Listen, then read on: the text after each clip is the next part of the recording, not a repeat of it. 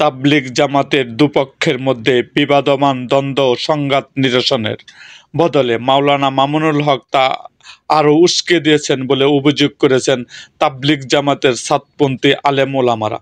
আজ সোমবার 23শে December Dhaka reporters ইউনিটের সাগররুনি হলে এক আয়োজিত সংবাদ সম্মেলনে এই অভিযোগ করেন তারা।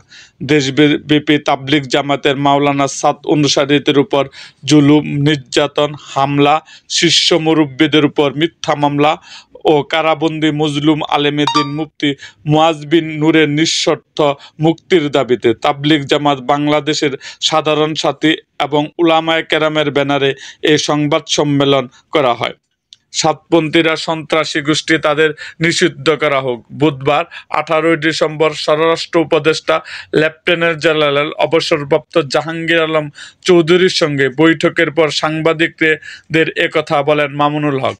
এ বিষয়ে তাবলিগ জামাতের নিজামুদ্দিন অনুসারী শফিক বিন নাইম বলেন, মামুনুল হক তো তাবলিগের কেউ না, তিনি মুসলমানদের মধ্যে একজন যোগ্য লোক। ইসলামের জন্য তার পরিবার অনেক কিছুই করেছেন। তিনি দ্বন্দ্ব ও সংঘাতের সমাধান করলেন না, কিন্তু তিনি আগুনের মধ্যে পানি না দিয়ে কেরোসিন ঢেলেছেন। তিনি বলেন, মূল মার্কাজ থেকে আলাদা হয়ে দু একজন আরেকটি মাদ্রাসা তৈরির চেষ্টা করছে।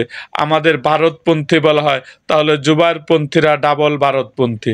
তিনি আরও বলেন, প্রশাসনের কাছে খবর ছিল জুবায়েরপন্থীরা অস্ত্রসহ অবস্থান করছে।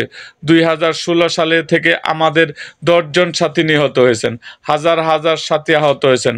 আমাদের নিজামুদ্দিন অনুসারীদের ঘরে ঘরে হামলা হচ্ছে, দোকানপাটে লুট হচ্ছে।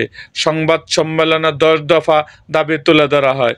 এর মধ্যে উল্লেখযোগ্য হলো আসন্ন বিশ্ব ইজতেমায় মাওলানা সাদ কান্দলুপের উপস্থিত নিশ্চিত করা, অনুযায়ী সব মুরব্বীর নামে করা মিথ্যা মামলা প্রত্যাহার করা, কারাবন্দী আলেমে দ্বীন মুফতি মুয়াজ বিন নূরকে নিঃশর্ত মুক্তি দেওয়া, কাকরাইল মসজিদ, টঙ্গীর বিশ্ব ইজতেমা ও সারা দেশে মসজিদ ভিত্তিক তাবলিগের কাজকে সমান অধিকারের ভিত্তিতে পরিচালনার পরিবেশ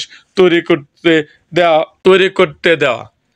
সংবাদ সম্মেলনে আরও উপস্থিত ছিলেন মাওলানা মাসুদুল হক কাসেমি, মাওলানা আব্দুর রাজ্জাক, ঢাকা বিশ্ববিদ্যালয় মনোবিজ্ঞান বিভাগের সাবেক অধ্যাপক মঞ্জুরুল হক প্রমুখ। এরকম আরও ভিডিও পেতে এবং রাজনৈতিক অঙ্গনের নানা ঘটনা ও ইতিহাস জানতে আমাদের মুক্তাগাছার ইতিহাস মিডিয়া ইউটিউব চ্যানেলটিকে সাবস্ক্রাইব করুন এবং পাশে থাকা বেল আইকনটি বাজিয়ে দিন।